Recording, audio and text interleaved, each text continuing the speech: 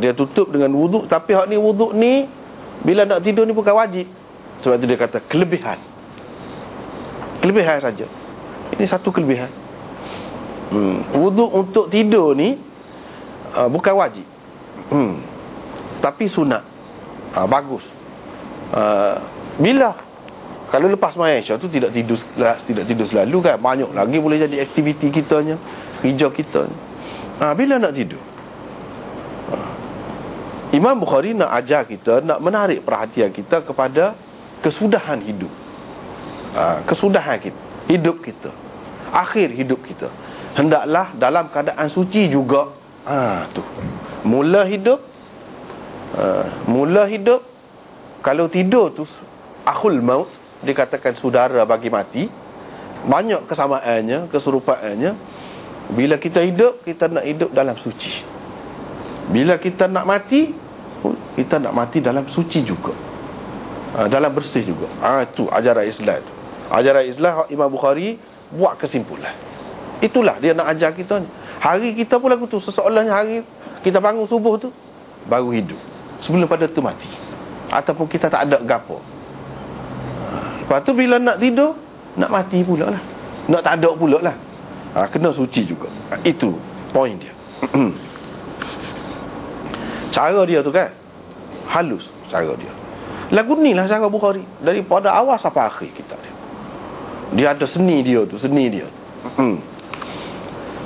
Kelebihan orang yang berwuduk, bermalam dalam keadaan berwuduk.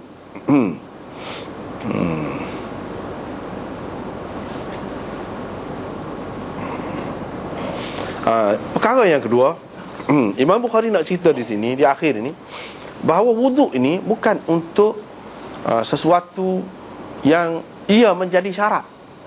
Misalnya tawaf, sembahyang, kena berwuduk lah. Bukan itu saja wuduk ni.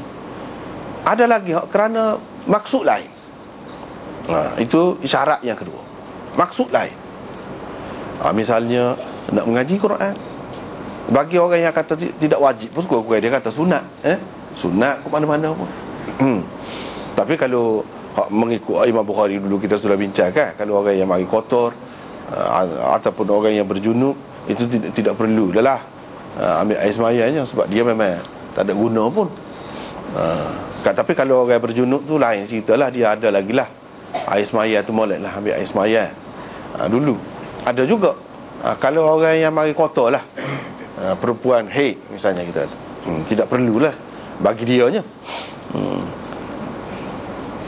Kepada orang yang suci pun, orang yang tak ada apa-apa pun, tidak mari kotor, tidak apa pun, sekurang-kurangnya mengambil kira semua pendapat ulama lah, sunat. Kalau tidak pun ramai orang kata wajib. Nak pegang Quran, nak mengaji, nak jamuh Quran, wajib. Ini menunjukkan bukan untuk semayang saja wuduk ni, banyak lagi maksud lain. Antaranya bila kita nak tidur, bila kita nak tidur.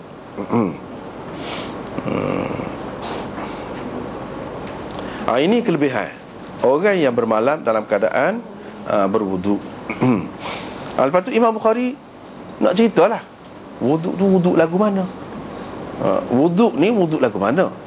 Wuduk dari segi bahasa ke wuduk dari segi istilah syarak? Sebab dari segi bahasa, wuduk ni mana bersuci, membersihkan diri. Dengan apa cara lah, basuh muka saja pun wuduk dah, guna air, itulah wuduk.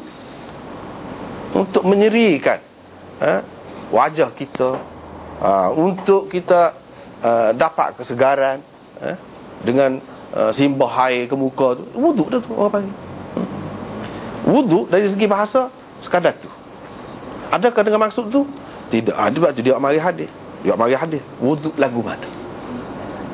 Wuduk lagu mana?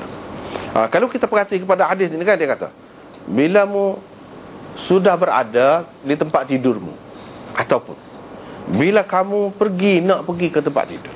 Yang kita terjemah tadi kan, bila kamu, mana tadi? Apabila engkau hendak ke tempat tidur. Sebab berwuduk takkan setelah di tempat tidur. Sebelum pergi ke tempat tidur lah ambil air semayangnya. Sebab tu kita terjemah gitu.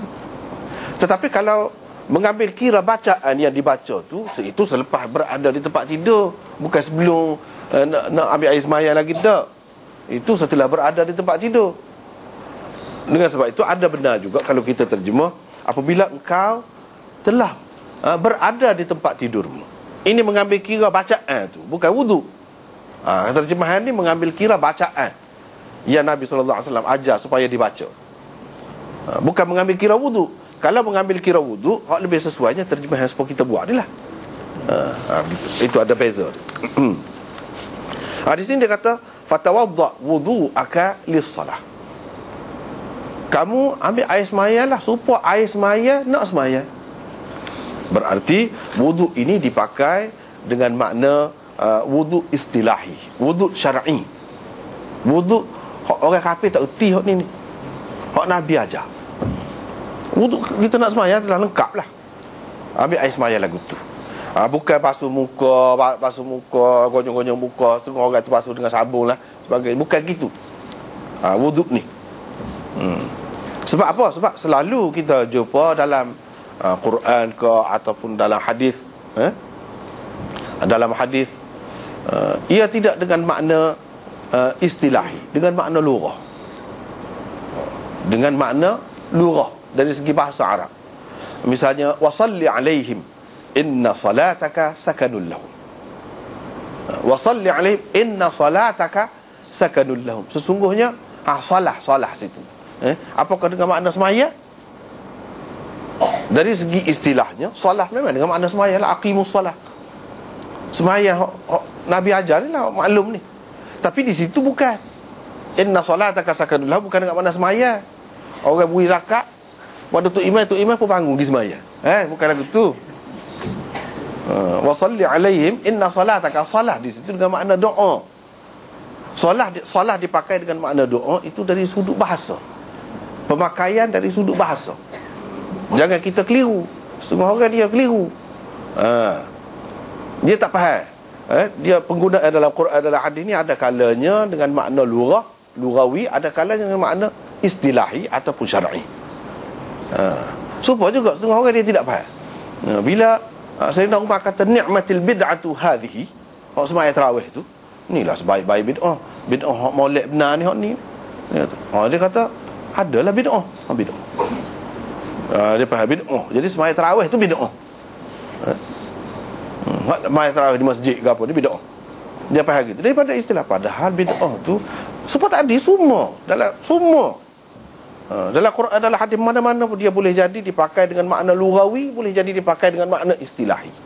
Di situ Sayyidina Umar pakai bid'ah tu dengan makna lughawi. Tak timbul, tak boleh dipahami daripada situ. Nak ambil bid'ah hasanah pula tak boleh, tak kena tu lagu tu.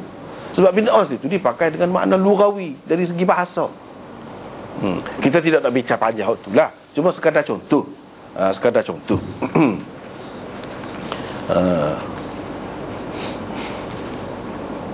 Tak apalah.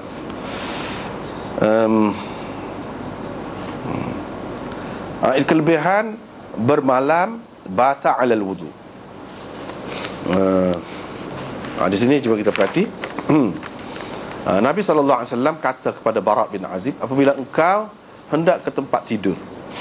Dia kata kepada Bara' ni bukan khusus untuk Bara' saja. Orang lain, kita pun boleh buat juga. Boleh buat juga. Dan sebab itulah Imam Bukhari buat tajuk cuba perhati. Bukhari dia lagu itulah, kelebihan orang yang bermalam. Orang yang bermalam, bukan kelebihan Bara' yang bermalam dalam keadaan wudu tu, tidak. Orang itu siapa-siapalah. Man itu kalau dalam bahasa Arab, orang mengaji bahasa Arab dia tahulah mausul mustarak kan tu. Bila mausul mustarak ni umum lah. Lelaki ke perempuan ke, belaka lah. Orang yang bermalam, orang yang bermalam dalam keadaan berwudu, siapa-siapa saja. Imam Bukhari, padahal Nabi kata apabila engkau, dituju kepada Bara'. Tapi Imam Bukhari faham ini bukan khusus untuk Bara'. Banyak perkara hak Nabi SAW ajar kepada seorang sahabat bukan untuk orang tu, tapi ada kalanya ada juga dia ajar kepada orang tu ada juga. Tu kita kena ngaji, tu dia kata kena ngaji tu. Kalau tidak ngaji kita tak tahu.